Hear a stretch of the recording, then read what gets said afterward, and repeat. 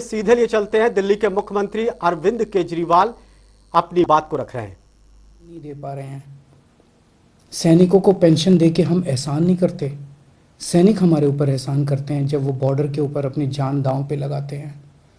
ऐसा क्या हो गया केंद्र सरकार को कि केंद्र सरकार के ऊपर केंद्र सरकार अब सैनिकों के पेंशन की बिल भी पेंशन सैनिकों का पेंशन भी देने की हालत में नहीं बची है और उन्होंने उस पेंशन के बिल को खत्म करने के लिए अग्निवीर योजना लेके आए हैं। अभी कुछ दिन पहले कहा गया कि हर 5-5 साल में केंद्र सरकार केंद्रीय कर्मचारियों के लिए एक वेतन आयोग बनाती है। 8वां वेतन आयोग अभी बनने वाला था। 8वां वेतन आयोग केंद्र सरकार ने कहा है कि अब हम 8वां वेतन आयोग नहीं बनाएंगे। 8वां वेतन आयोग क्यों नहीं, हर 10-10 साल में बनता है। 8वां वेतन आयोग क्यों नहीं बनाएंगे? कह रहे हैं कि हमारे पास पैसा नहीं है, पैसे की कमी है। केंद्र सरकार के पास अपने केंद्र के कर्मचारियों का वेतन बढ़ाने के लिए भी पैसा नहीं बचा। कहाँ गया केंद्र सरकार का सारा पैसा? ऐसा केंद्र सरकार की इतनी बुरी क्या हालत हो गई है कि केंद्र सरकार के पास अपने कर्मचारियों को जो हर बार बढ़ाया जाता था, वेतन आयोग बिठाया जाता था, वो भी नहीं बिठा रहे। मनरेगा,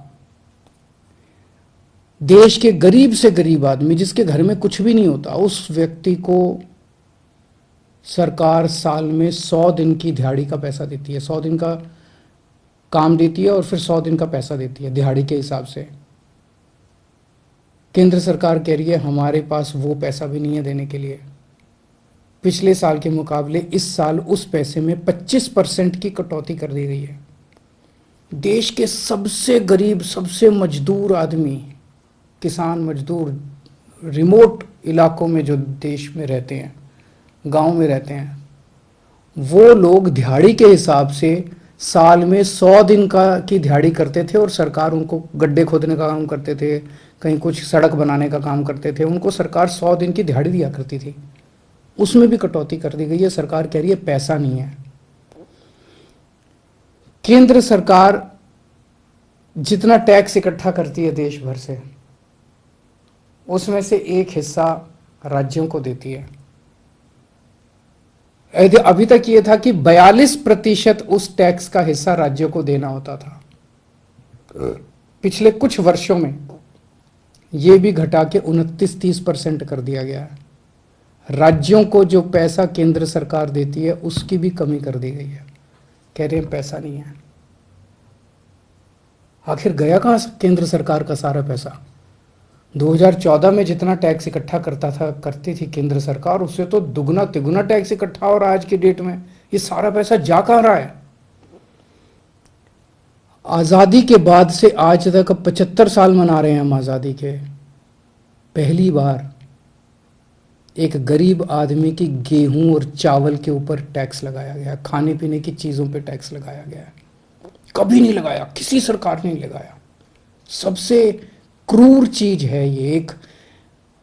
एक बिल्कुल गरीब आदमी, एक भिखारी जिसका कुछ नहीं होता, वो भी मार्केट से जब गेहूं और चावल अब खरीद के लाएगा, उसको उस पर टैक्स देना पड़ेगा। किसी सरकार ने इतना क्रूर कदम नहीं उठाया था।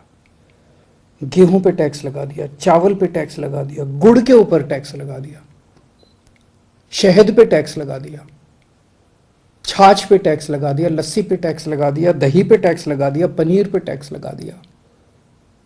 क्या जरूरत पड़ गई? क्या ऐसी क्या हालत हो गई केंद्र सरकार की कि गरीब से गरीब आदमी के खाने के ऊपर टैक्स लगाने की नौबत आ गई, जो आज तक 75 साल में कभी नहीं हुआ था।